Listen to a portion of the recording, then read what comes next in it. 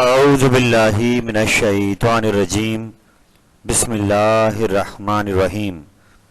First year mathematics Karachi board pre engineering science के तमाम students को खुशामदीद। मेरे बेटे, जैसा कि आपको याद है कि हमने इससे पहले आपके साथ चैप्टर नंबर 3 जो इक्वेशंस का चैप्टर है उनके रिलेटेड एमसीक्यूज जो पास पेपर्स में आए उनके मैंने एक पैकेज बनाया था और वो आपसे शेयर किया था। और हमारा इस वक्त जो नज़रिया है वो ये है कि 2022 में जो पेपर आपका आने वाला है इसमें जो पैटर्न चेंज हुआ है उसके हिसाब से एमसीक्यूज की अहमियत बहुत ज़्यादा बढ़ गई है। तो एक बार फिर उस सिलसिले को कंटिन्यू किया जाएगा जो हमने चैप्टर 3 के एमसीक्यूज आपसे शेयर करे। आज आपके सामने हम chapter number 4 Karachi board first year mathematics pre engineering science के एमसीक्यूज को लेकर हाजिर हुए हैं, जिनमें हम वो तमाम एमसीक्यूज जो पास्ट ईयर पेपर्स में अब तक आ चुके हैं। याद रहे बेटे, ये एमसीक्यू सिलसिला पेपर में आने का मैथ्स में ये कराची बोर्ड साइंस के प्री इंजीनियरिंग वाले पेपर में 2009 से शुरू हुआ।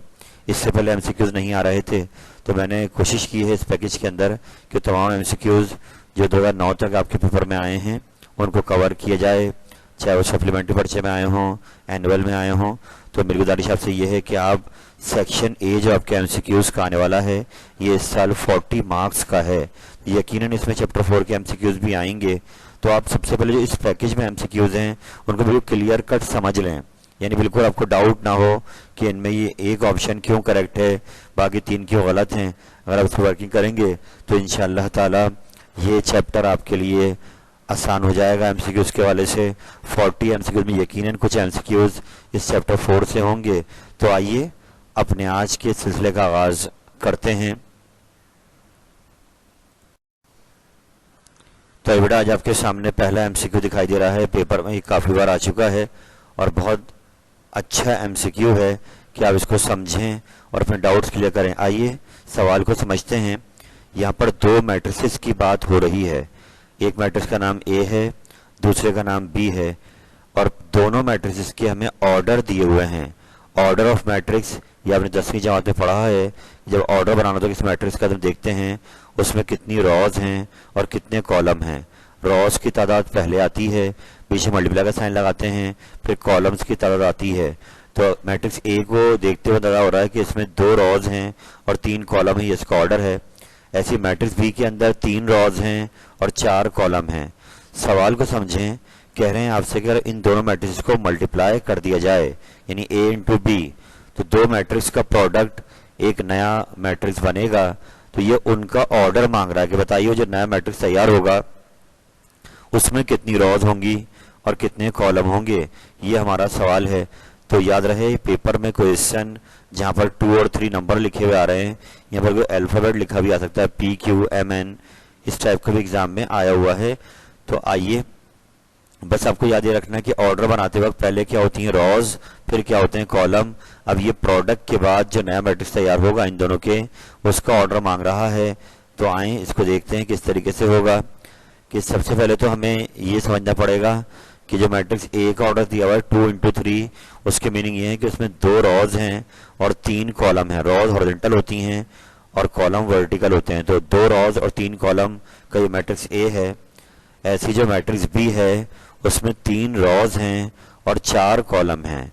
3 रॉज और 4 कॉलम। तो अब जब 2 मैट्रिक्स को मल्टीप्लाई करने क्राइटेरिया पूछा जाएगा तो उसमें आपने याद रखना है कि 2 मैट्रिक्स का अगर ऑर्डर सेम ना हो तब भी वो मल्टीप्लाई हो सकते हैं, मगर उसके लिए आप ये देखते हैं कि पहले वाले में कॉलम कितने हैं। तो यहाँ मैट्रिक्स ए में कॉलम कितने हैं, 3, और दूसरे वाले में रॉज, जी दूसरे वाले में रॉज कितनी हैं कि मैट्रिक्स बी में रॉज कितनी है, 3।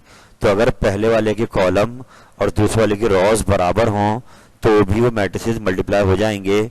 इवन तो उनको ऑर्डर सेम ना हो तब भी वो मल्टीप्लाई हो सकते हैं। तो आई रिपीट माई वर्ड्स कि criteria for multiplication of 2 matrices कि पहले वाले जो मैट्रिक्स है उसके कॉलम देखे जाएंगे, यहाँ 3 कॉलम हैं, और दूसरे वाले की रॉज देखी जाएंगी, यहाँ 3 रॉज हैं। तो हम कह सकते हैं कि दोनों मैट्रिक्स मल्टीप्लाई हो जाएंगे। तो जब ए और बी को मल्टीप्लाई किया गया तो वो लग जो नया मैट्रिक्स आएगा उसका ऑर्डर क्या होगा। तो इसके लिए अब आपको ये क्राइटेरिया जो मैं बताने जा रहा हूँ ये आपको याद रखना है कि जो नया मैट्रिक्स तैयार होगा a इंटू बी के मल्टीप्लाई होने के बाद उसको हम a इंटू बी मैट्रिक्स का नाम दे देंगे। तो उसमें जो रॉज ली जाएंगी वो पहले वाले की रॉज होंगी, यानी पहले मैट्रिक्स में कितनी रॉज थी, 2, और जो उसमें कॉलम लिए जाएंगे वो दूसरे वाले के कॉलम होंगे। दूसरे वाले कॉलम कितने हैं, 4। तो यूं ए से रॉज ली जाएंगी और बी से कॉलम, तो यूं इसका ऑर्डर क्या बन जाएगा, 2 इंटू 4। इसलिए लास्ट ऑप्शन आपका करेक्ट है।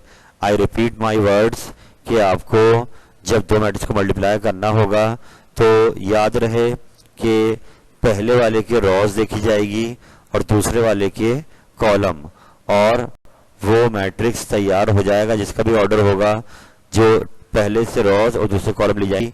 तो 2 इंटू 4 ये आपका जवाब है। और मैं उम्मीद करूंगा कि आपको ब्लैंक ब्लू क्लियर समझ में आ गई होगी और आप ज़रा भी डाउट का शिकार इसमें नहीं होंगे। यहाँ पर यही लिखा हुआ है नीचे भी कि order of matrix A B जो होगा उसकी रॉज जो होंगी वो पहले मैट्रिक्स ली जाएंगी और कॉलम दूसरे मैट्रिक्स ली जाएंगे। तो यूं लास्ट ऑप्शन आपका इसलिए करेक्ट है कि पहले में 2 रॉज हैं और दूसरे में 4 कॉलम हैं। तो ये आपका पहला मैट्रिक्स क्लियर हो गया। आई होप बात क्लियर हो गई होगी।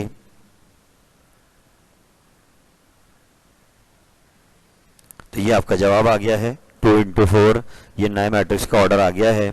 हम चलते हैं आगे।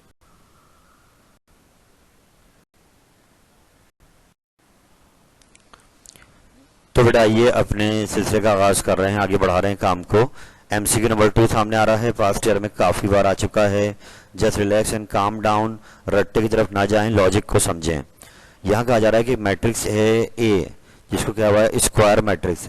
स्क्वायर मैट्रिक्स क्या होता है बेटा, इसमें रॉज और कॉलम की तादाद बराबर होती हैं।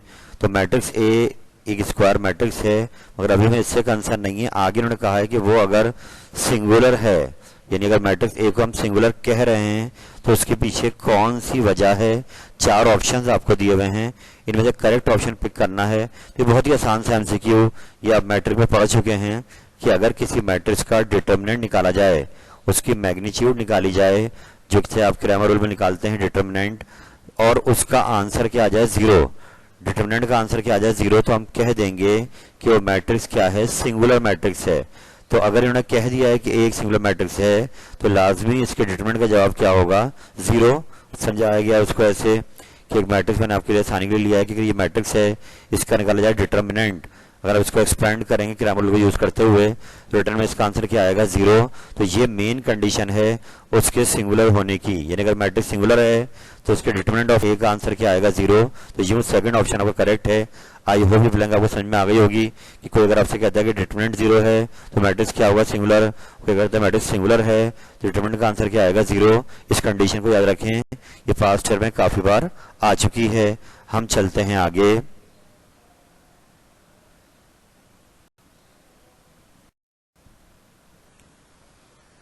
तो मेरे बेटा तीसरा एमसीक्यू आपके सामने आ गया है और ये भी रिलेटेड है नंबर 2 से, जहाँ पे हमने सीखा था कि एक मैट्रिक्स अगर सिंगुलर होगा तो उसके डिटरमिनेंट का आंसर क्या आता है, 0। तो यहाँ इन्होंने कहा हुआ है कि ये मैट्रिक्स सिंगुलर है। जो मैट्रिक्स आपको दिया हुआ है इसके बारे में कहा जा रहा है कि मैट्रिक्स सिंगुलर हो जाएगा या है। इसमें एक एलिमेंट में लैम्डा दिखाई दे रहा है। लैम्डा आप देख सकते हैं ये एक अननोन है, यहाँ पे लाजमी कोई नंबर आएगा। तो सवाल इसी पे आ गया कि वो लैम्डा क्या होना चाहिए जो यहाँ रख दिया जाए तो ये मैट्रिक्स सिंगुलर हो जाए, यानी इसके डिटरमिनेंट का आंसर क्या आ जाए, 0 आ जाए। तो यूं सिंगुलर देकर हमसे लैम्डा मांग रहा है। तो देखिए कैसे किया गया कि हमने पीछे पढ़ा था कि अगर ये मैट्रिक्स सिंगुलर बनना है तो इसके डिटरमिनेंट का आंसर क्या हो जाएगा, 0। तो हम इस बात को लेकर चलेंगे आगे और उल्टे हाथ पर एक्सपेंड करना शुरू करेंगे। 2 रॉज और 2 कॉलम का डिटरमिनेंट कैसे एक्सपेंड होता है, मैट्रिक पढ़ा है आपने, cross multiply 1 into lambda, minus sine फॉर्मूले की है, 2 इंटू 3। आगे बढ़ाते हैं बात को, लैम्डा -6 हो जाएगा और यूं लैम्डा का आंसर क्या आ गया, 6। तो हम कह सकते हैं कि अगर ये मैट्रिक्स सिंगुलर होगा तो उसमें लैम्डा की वैल्यू क्या रखी जाएगी, 6, तभी इसके डिटरमिनेंट का आंसर क्या बनेगा, 0। तो आई होप बात समझ में आ गई होगी। हम चलते हैं आगे।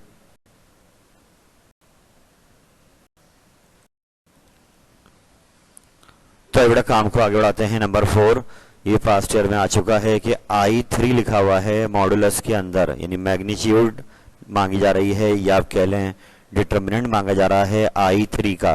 तो I3 याद रहे 10वीं जमाने पढ़ चुके हैं आप लोग। I स्टैंड करता है आइडेंटिटी मैट्रिक्स के लिए या यूनिट मैट्रिक्स के लिए। अगर इसके नीचे 3 लिखा हुआ है तो इसमें 3 रॉज होंगी और 3 कॉलम। हमें उसकी मैग्नीट्यूड मांगी जा रही है, तो नाम से जाहिर है आइडेंटिटी मैट्रिक्स को यूनिट मैट्रिक्स इसलिए कहते हैं कि इसकी मैग्नीट्यूड क्या आती है 1। तो इसको देख भी लेते हैं कि I3 मतलब 100010001। और अगर इसको डिटरमिनेंट लेते हैं इसका, तो इट मीन्स आप इसको खोलेंगे, एक्सपेंड करेंगे, तो आखिर में इसका आंसर क्या बनेगा 1। तो यूं I3 के डिटरमिनेंट का आंसर क्या आएगा बेटा 1, इसलिए थर्ड ऑप्शन करेक्ट है। याद रहे एग्जाम में आपको नीचे जो समझाने वाली बातें दी हुई हैं वो नहीं लिखनी है, सिर्फ करेक्ट ऑप्शन उठाना है। लेकिन अगर अभी से वर्किंग करेंगे करेक्ट की लॉजिक क्या है, तो इंशाअल्लाह ताला ये MCQs का पोर्शन आपका बहुत अच्छा हो जाएगा। हम चलते हैं आगे।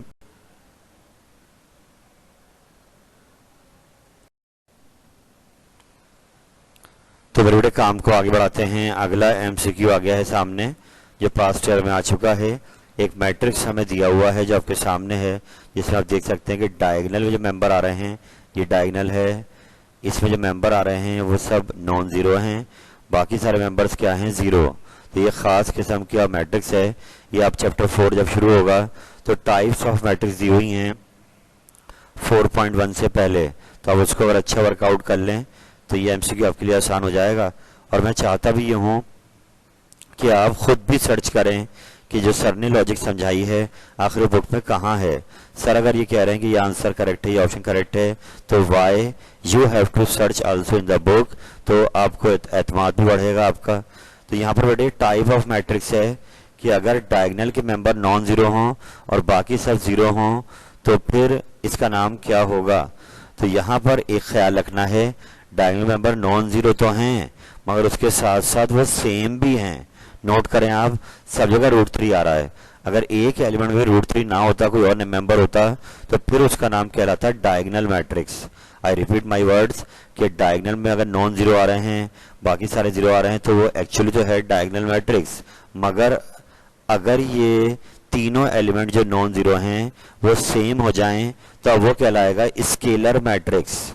यानी वो डायगोनल तब था जब ये एलिमेंट डिफरेंट हों, कोई एक भी अलग हो जाए इनमें से, लेकिन अगर तीनों सेम हो जाते हैं तो अब ये कहलाएगा स्केलर मैट्रिक्स। तो यूं ये लाइन यहाँ लिखी हुई है कि if all elements in diagonal are same, other elements are zero, it is called scalar matrix. इसलिए सेकंड ऑप्शन आपका करेक्ट है। तो आई होप बात समझ में आ गई होगी। हम चलते हैं आगे।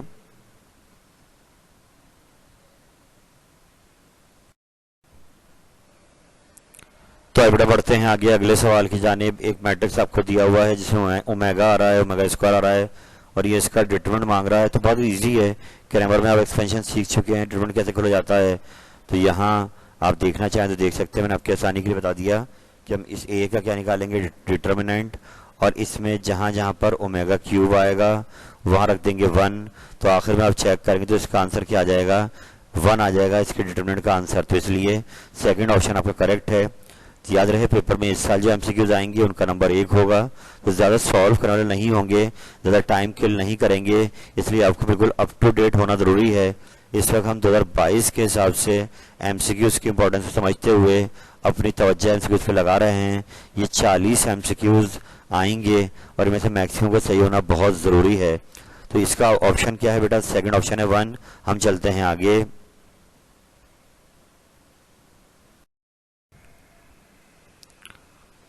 तो बेटा पास्ट ईयर की बात की जाए तो ये MCQ जो आप सामने देख रहे हैं ये भी लेटेस्ट ईयर में आ चुका है और बहुत आसान सा है। आइए इसको पढ़ते हैं कि बताइए दो मैट्रिसेस को हम कब कहेंगे कि ये ऐड हो सकते हैं। What is the criteria for confirmation of addition of two matrices. ये बहुत ही सिंपल है कि ऐड करना हो या सब्ट्रैक्ट करना हो, दोनों का ऑर्डर सेम होना बहुत ज़रूरी है। यानी मल्टीप्लाई तो हो सकता है अगर ऑर्डर सेम ना हो, लेकिन ऐड एंड सब्ट्रैक्ट के लिए स्ट्रिक्ट कंडीशन ये है दोनों में रॉज और कॉलम की तादाद बराबर होनी चाहिए। इसलिए सेम ऑर्डर जो है ये कन्फर्मेबल की कंडीशन है। तो लेकिन इसको मैं समझाया नीचे, आपको आप देख सकते हैं यहाँ पे हमने एडिशन समझाई, लेकिन इसमें 2 रॉज 2 कॉलम हैं, इसमें 2 रॉज 2 कॉलम है। जब भी दोनों मैट्रिक्स आपस में क्या हो रहे हैं, ऐड हो रहे हैं, और नया मैट्रिक्स बन रहा है उसका ऑर्डर भी क्या आ रहा है, 2 रॉज और 2 कॉलम का आ रहा है। ऐसे आप यहाँ देखें कि ऑर्डर क्या होता है कि हॉरिजॉन्टल क्या होती हैं रॉज और वर्टिकल क्या होते हैं कॉलम। तो दो मैट्रिक्स को अगर ऐड होना है तो उनके लिए रॉज और कॉलम की तादाद का बराबर होना, जिसको हम ऑर्डर ऑफ मैट्रिक्स बना के शो करते हैं, ये ऑर्डर सेम होना ज़रूरी है।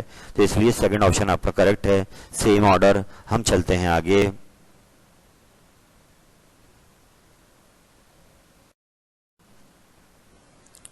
तो बेटा अगला सवाल आपके सामने आ रहा है, ये भी आसान सा है, रिलेटेड है मैट्रिक्स के चैप्टर से।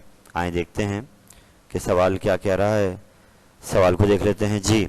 कोई इससे नहीं कह रहा है कि दो मैट्रिसेस अगर इक्वल हैं, दोनों मैट्रिक्स आपको इक्वल दिए हुए हैं, देख सकते हैं जी इक्वल साइन आ रहा है, तो बताइए m और n की वैल्यूज़ क्या होंगी जिनको रखने पर दो मैट्रिक्स इक्वल होंगे।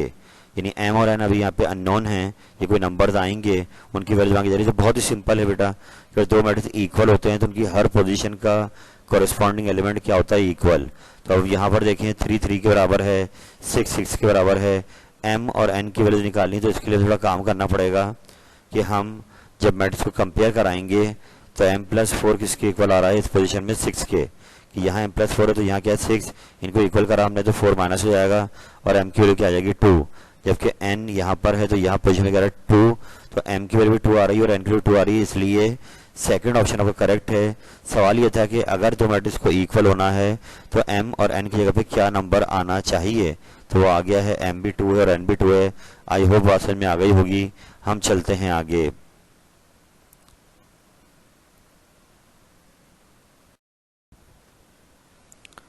मेरे पास्ट ईयर में ये एमसीक्यू भी आ चुका है और ये बहुत अच्छा और इंटरेस्टिंग एमसीक्यू है।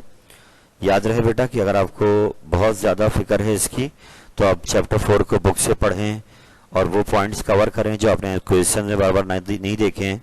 तो इंशाअल्लाह ताला कोई भी एमसीक्यू आया चैप्टर 4 का तो आप कर लेंगे। याद रखिए स्टैंडर्ड जो आपका है वो आपकी बुक है, टेक्स्ट बुक, अगर वो आप अच्छे अंदाज पढ़ लेते हैं तो इंशाअल्लाह 40 में से मेजॉरिटी एमसीक्यूज आपको सही हो जाएंगे। यहाँ पे जो हम एफर्ट कर रहे हैं वो ये कर रहे हैं तमाम पास्ट ईयर के एमसीक्यूज, मुमकिन चांस है कि इनमें से एमसीक्यू आपका आ जाए, मिनिमम आप पहले इनको अच्छा रेडी कीजिए। तो आइए ये सवाल जो आपके सामने आया ये बहुत ईजी सा है। ये सिर्फ आपको करना ये है कि इन्वर्स वाला जो फॉर्मूला जो मैट्रिक्स से आप पढ़ते हुए आ रहे हैं, खाली उसको रीअरेंज करना है तो ये एमसीक्यू सॉल्व हो जाएगा। देखिए कैसे, कि आपने पढ़ा है मैट्रिक में a इनवर्स इक्वल है 1/a determinant into adjoint of a।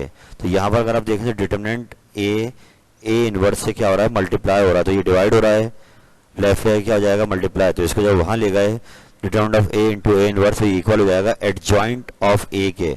Adjoint of one जा एडजॉइंट ऑफ a आएगा, तो इट मीन्स जब बिल्कुल फॉर्मूला रीअरेंज करेंगे तो आंसर इसका क्या आ जाएगा, third option adjoint a is the correct answer. तो आई होप बात समझ में आ गई होगी। आप इसको आराम से देखिए और इसको पक्का कीजिए।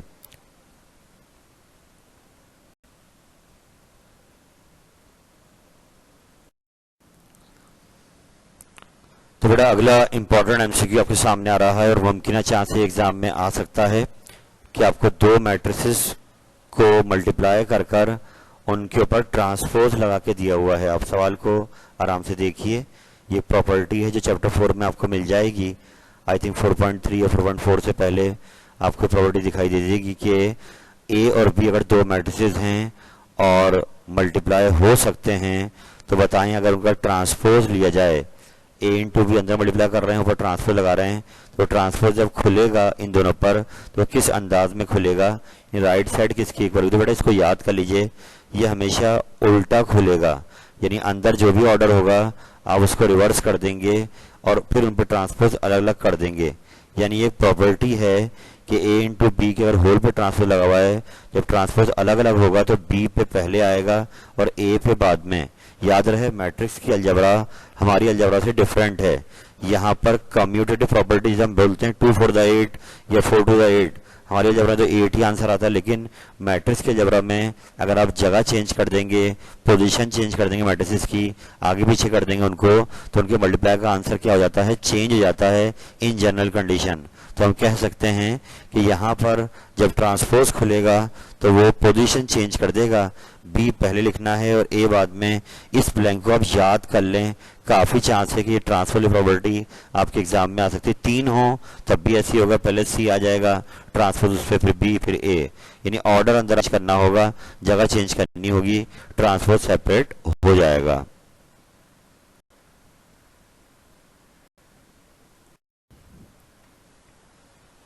थोड़ा ख्याल रखिएगा, एक एक नंबर बहुत कीमती है। In future it can change your whole career.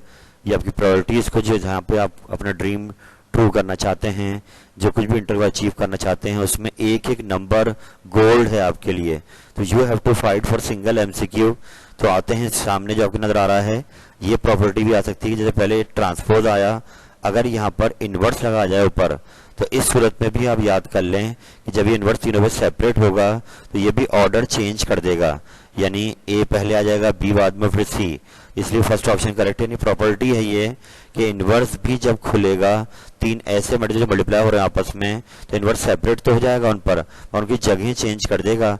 Last वाला शुरू में आ जाएगा और पहले वाला आखिर में आ जाएगा। तो आई होप ये प्रॉपर्टी आपको याद रहेगी। दो में आए, एक में आए, आपको ऑर्डर चेंज करना याद रखना है। ऐसा ना हो कि इन्वर्स पे आप सेपरेटली ऐसे अलग कर दें और ऑर्डर चेंज ना करें। ऑर्डर चेंज लाजमी करना होगा। आखिरी वाला पहले, पहला वाला आखिर में, बीच वाला बीच में ही रहेगा। तो ये प्रॉपर्टी भी याद कर लें। आई होप ये ब्लैंक आपको याद रह जाएगी।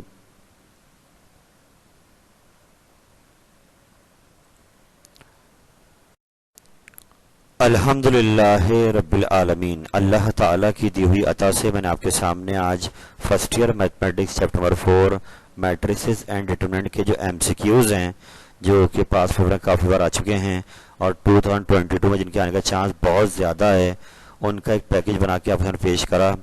और मैं चाहूँगा ये 40 नंबर जो इस साल आने वाले एमसीक्यूज के आपके मैक्सिमम सही हो जाएं।